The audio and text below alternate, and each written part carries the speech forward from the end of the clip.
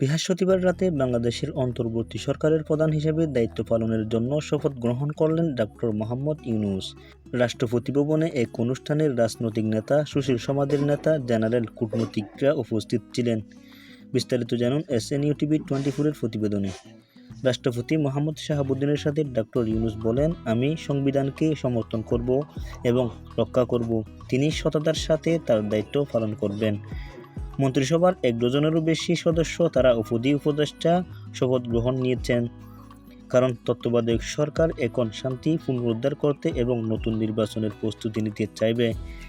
তাদের মধ্যে রয়েছেন নাহিদ ইসলাম এবং আসিফ মাহমুদ, ছাত্রদের বিরুদ্ধে বৈষম্য গোষ্ঠীর শীর্ষ নেতা, যারা শেখ হাসিনাকে ক্ষমতাচ্যুত করে সপ্তাহব্যাপী বিক্ষোভের জন্য নেতৃত্ব দেন।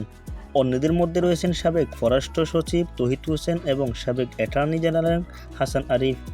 পুরস্কার বিজয়ী পরিবেশে আইনজীবী সৈয়দা রিজওয়ানা হাসান এবং শীর্ষ আইনের অধ্যাপক এবং লেখক আসিফ নজরুলও শপথ নিয়েছেন।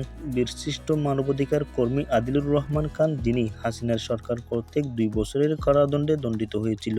অন্যদিকে বৃহস্পতিবার রাত 10টার দিকে সোশ্যাল মিডিয়া এক্সে একটি পোস্টে নরেন্দ্র মোদী লিখেছেন, অধ্যাপক মোহাম্মদ ইউনূসের জন্য শুভকামনা, যিনি নতুন দায়িত্ব নিয়েছেন। আমরা ভারত আশা করি খুব শীঘ্রই বাংলাদেশ স্বাভাবিক পরিবেশ ফিরবে এবং নিরাপত্তাও নিশ্চিত হবে। তাহলে ভিডিওটি দেখে কেমন লাগলো কমেন্ট বক্সে জানাবেন, এবং আপনি যদি আমাদের চ্যানেলের প্রথম হয়ে থাকেন আমাদের চ্যানেলটি অবশ্যই সাবস্ক্রাইব করবেন। আসসালামু আলাইকুম রহমতুল্লাহি ওয়া বারাকাতুহু।